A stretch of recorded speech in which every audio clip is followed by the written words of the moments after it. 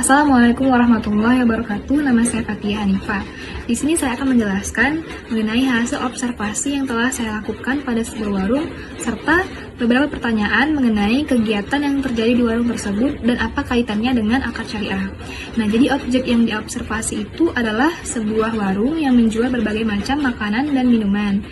Jadi, ternyata warung tersebut memiliki metode lain dalam berjualan selain dengan secara langsung atau offline. Warung tersebut juga menyediakan pesanan melalui media online. Nah, dengan membayar terlebih dahulu menggunakan aplikasi uang elektronik. Selanjutnya, ternyata transaksi tunai itu bukan merupakan satu-satunya metode pembayaran yang tersedia pada warung tersebut. Pembeli juga bisa membayar menggunakan kartu ATM maupun kartu kredit. Warung tersebut tidak memperbolehkan pembeli untuk mencicil, namun ternyata pembeli juga bisa membayar dengan uang pangkal atau uang muka. Selanjutnya yaitu warung tidak memperbolehkan pembeli untuk berhutang karena berbagai macam alasan. Terakhir yaitu warung menyediakan jasa penitipan makanan maupun minuman dengan mendapatkan keuntungan dari jasa tersebut. Nah, keuntungan yang didapatkan oleh warung itu sesuai dengan kesepakatan yang dilakukan antara si orang yang menitipkan barang dan pemilik warung. Nah, adapun kegiatan dari warung tersebut yang berkaitan dengan akad syariah, yang pertama yaitu adanya kegiatan penitipan produk makanan atau minuman pada warung tersebut, yang dimana itu merupakan kelompok dari akad tabaru dalam meminjamkan jasa yaitu wadi'ah. Adapun wadi'ah yaitu kegiatan menawarkan jasa untuk melakukan pemeliharaan atau penitipan barang. Yang kedua, akad tijarah yaitu akad jual beli, seperti yang sudah kita ketahui bahwa warung itu merupakan tempat transaksi jual beli. Nah, karena warung tersebut melakukan jual beli dengan transaksi tunai, maka akad yang digunakan yaitu al-ba'i naqdan. Selanjutnya yaitu warung tersebut menyediakan pesanan secara online, yaitu memesan barang terlebih dahulu dengan melakukan pembayaran di awal. Nah, itu merupakan di awal, kemudian untuk pengiriman produknya menyusul, yang dimana itu merupakan jual beli menggunakan akad salam. Dari hasil kegiatan observasi serta wawancara yang telah saya lakukan, berarti warung tersebut sudah melakukan akad syariah yang pertama yaitu wadi'ah, al-ba'i naqdan, dan akad salam. Apakah kegiatan yang telah dilakukan warung tersebut sudah sesuai dengan hukum syariah? Jadi menurut hasil pengamatan dan wawancara yang telah saya lakukan kepada penjual, bahwa kegiatan yang dilakukan oleh warung tersebut itu, khususnya yang berkaitan dengan akad-akad syariah, itu sudah sesuai dan tidak bertentangan dengan akad syariah karena tidak mengandung riba, kukulor maupun maisyir. Nah, jadi pada dasarnya kan segala sesuatu bentuk muamalah itu hukumnya adalah boleh, kecuali aktivitas atau perbuatan muamalah yang dilarang dalam Al-Quran dan hadis. Jadi menurut saya bahwa kegiatan yang dilakukan oleh warung tersebut itu dalam hukum syariah itu diperbolehkan. Adapun kegiatan seperti tidak diperbolehkannya berhutang, menurut saya itu menjadi hak si penjual dan hal tersebut boleh-boleh saja, tergantung dengan keadaan si pembeli. Karena seperti yang kita ketahui bahwa hukum awalnya yaitu sunnah atau berpahala bagi seseorang memberikan hutang. Begitu pula bagi orang yang menerima hutang, hukumnya yaitu mubah atau boleh. Nah, untuk uang pangkal atau uang muka, itu ada perbedaan pendapat di kalangan ulama. Mayoritas ulama seperti ulama Hanafiyah, Malikiyah, Syafi'iyah mengatakan bahwa hal tersebut tidak sah karena adanya gharar. Nah, adapun ulama Hambaliyah memperbolehkan kegiatan tersebut. Ulama yang mengatakan bahwa transaksi tersebut tidak sah memiliki beberapa dasar argumentasi, di antaranya yang pertama hadis Amr bin Syu'aib dari ayahnya, dari kakeknya, bahwa ia berkata Rasulullah Shallallahu Alaihi Wasallam melarang menjual beli dengan sistem uang muka. Adapun argumentasi lain yaitu karena jual beli tersebut itu semacam termasuk pemakan harta orang lain dengan cara batil, karena disyaratkan bagi penjual tanpa ada kompensasinya. Selanjutnya, karena dalam jual beli itu ada dua syarat batil, syarat mengembalikan uang panjar dan syarat mengembalikan barang transaksi dengan perkiraan salah satu pihak tidak ridho. Nah, untuk ulama yang memperbolehkan transaksi tersebut, salah satu dasarnya yaitu asar ini. Yang dimana diriwayatkan dari Nafi bin Al-Haris, ia pernah membelikan sebuah bangunan penjara untuk Umar dari Sofwan bin Umayyah dengan ketentuan apabila Umar suka. Nah, bila tidak maka Sofwan berhak mendapatkan uang sekian dan sekian.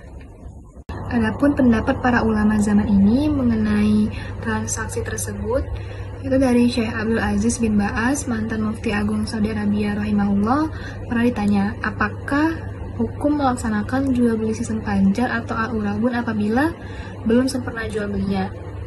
Nah, tentunya itu adalah dua orang melakukan transaksi jual beli. Apabila jual beli sempurna, maka pembeli menyempurnakan nilai pembayaran. Dan bila tidak, maka penjual mengambil uang panjar tersebut dan tidak mengembalikannya kepada pembeli. Beliau menjawab tidak mengapa mengambil uang DP atau uang panjar tersebut dalam pendapat yang rajih dari dua pendapat ulama. Apabila penjual dan pembeli telah sepakat untuk itu dan jual belinya tidak dilanjutkan atau tidak disempurnakan. Berarti menurut Syekh Abdul Aziz bin Ba'as bahwa jual beli menggunakan sistem uang panjar ini diperbolehkan.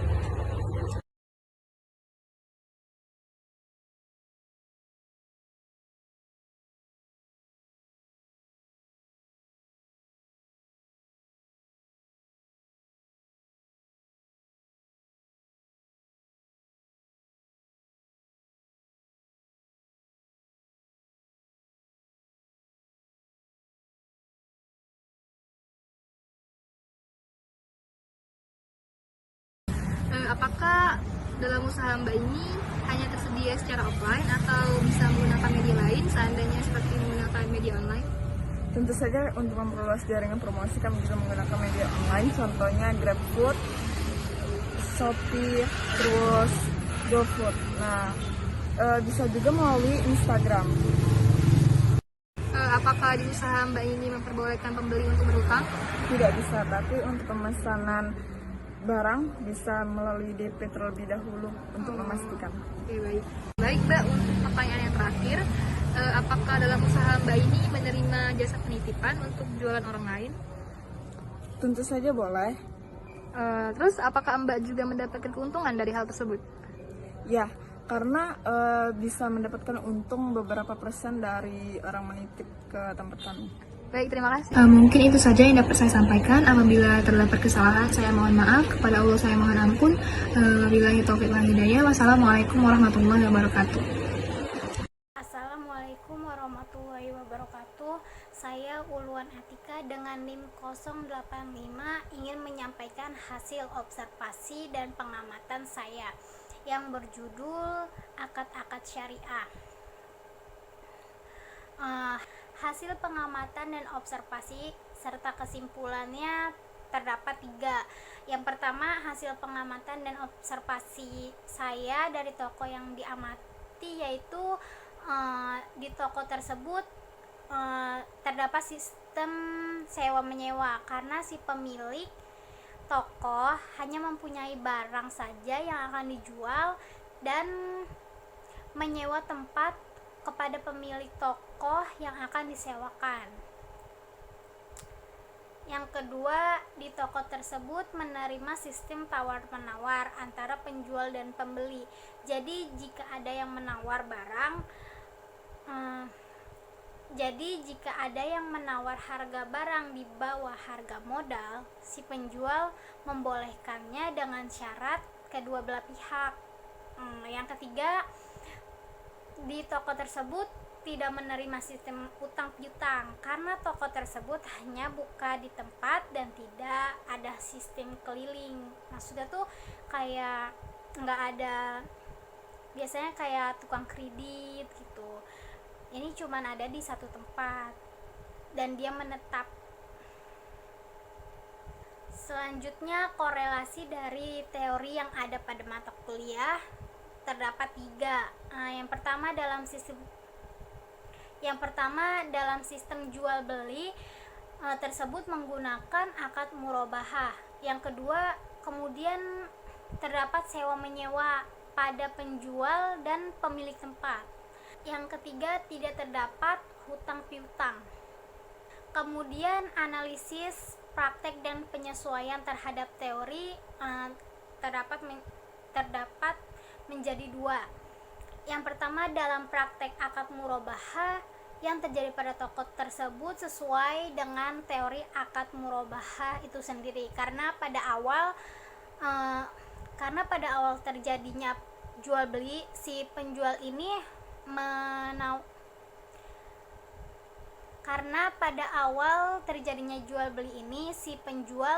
memberitahu harga modal dari barang tersebut dan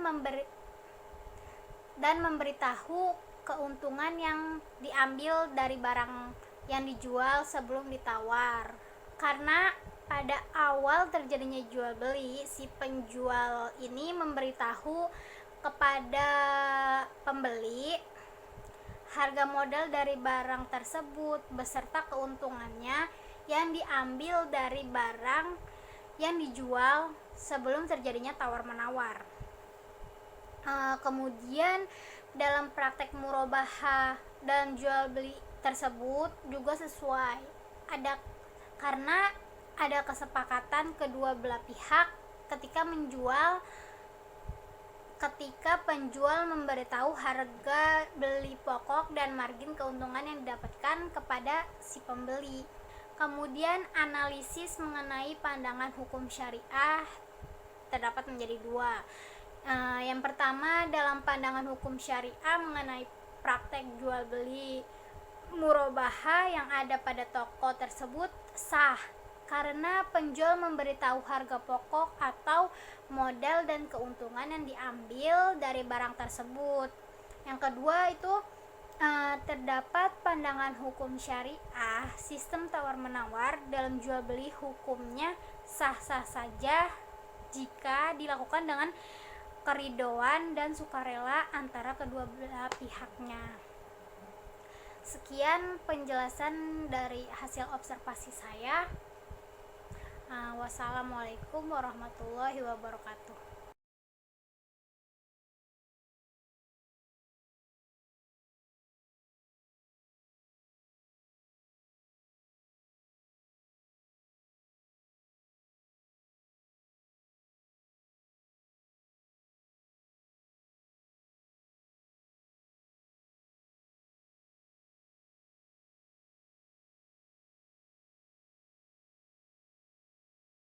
Assalamualaikum warahmatullahi wabarakatuh. Nama saya Aliyah Fauzan dengan NIM akhir 098. Saya akan memaparkan mengenai hasil observasi dan wawancara yang telah saya lakukan di tempat usaha di dekat rumah saya. Jadi dari hasil wawancara dan observasi yang telah saya lakukan beberapa hari yang lalu, terdapat 3 poin penting mengenai akad-akad syariah yang terdapat di warung tersebut. Yang pertama yaitu terdapat akad mudharabah pada sistem jual beli di warung tersebut, yakni sang penjual menentukan keuntungan lalu menjualnya dengan harga yang telah diberikan keuntungan di dalam harga tersebut kepada si pembeli. Namun ada terdapat ketidaksesuaian dan ketidakselarasan dari hasil observasi dari praktek yang dilakukan di warung tersebut mengenai akad mudharabah tersebut. Ya, ini ketidakselarasannya yaitu bahwa teori akad murabahah itu sendiri, yakni si penjual harus memberitahukan harga pokok barang tersebut dan juga memberitahu keuntungan yang diambil dari barang tersebut. Namun pada prakteknya di warung tersebut, di tempat usaha tersebut, sang penjual tidak memberitahu harga pokok dari barang tersebut dan berapa keuntungan yang diambil dari barang tersebut kepada si pembeli. Jadi ketika ada pembeli yang datang lalu ingin membeli sesuatu barang, contohnya ingin membeli sebuah minuman, lalu sang penjual langsung mengambilkan minuman tersebut dan kemudian memberitahukan harga langsung yakni harga yang telah ditentukan dari si penjual, yang di dalamnya juga sudah terdapat keuntungan dari si penjual. Lalu si pembeli langsung melakukan pembayaran terhadap barang yang ia ingin beli tersebut. Nah, ketidakselarasan terdapat di sini pada prakteknya, yaitu si penjual tak memberitahukan kepada si pembeli berapa harga pokok dari barang tersebut dan juga berapa keuntungan dari harga barang tersebut. Dan kemudian yang selanjutnya, yang kedua, terdapat akad mudharabah pada warung tersebut. Yakni kenapa terdapat akad mudharabah? Karena di warung tersebut itu dapat menitipkan barang dagangan atau makanan dan sejenisnya, dititipkan di warung tersebut dan dijualkan di warung tersebut oleh sang pemilik warung.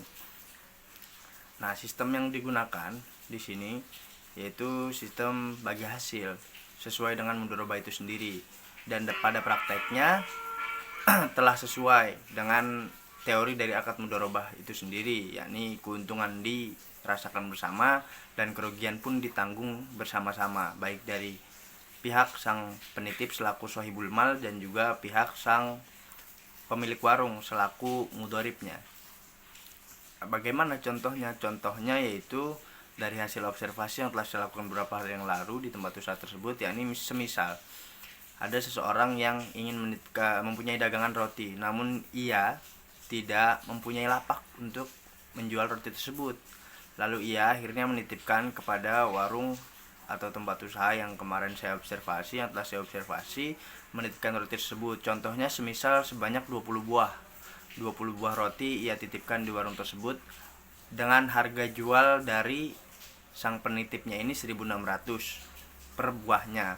Lalu si pemilik warung selaku mudharib menjualnya kepada sang pembeli, kepada konsumen dengan harga sebanyak Rp2.000 per buahnya, dengan keuntungan yang didapat dari setiap buah roti tersebut yaitu sebanyak Rp400.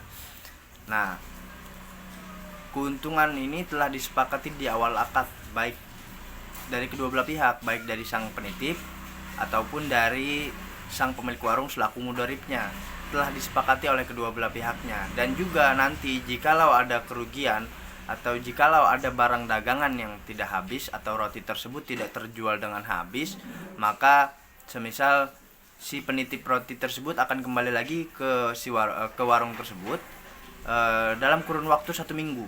1 minggu kembali lagi. Kemudian jika ada roti yang tak habis terjual, maka itu menjadi risiko material bagi sang penitip selaku sohibul malnya. Dan juga si pemilik warung juga mendapatkan kerugian, ya, ini mendapatkan kerugian waktu, mendapatkan kerugian dari segi waktu. Kalau si penitip tadi mendapat kerugian dari segi materialnya,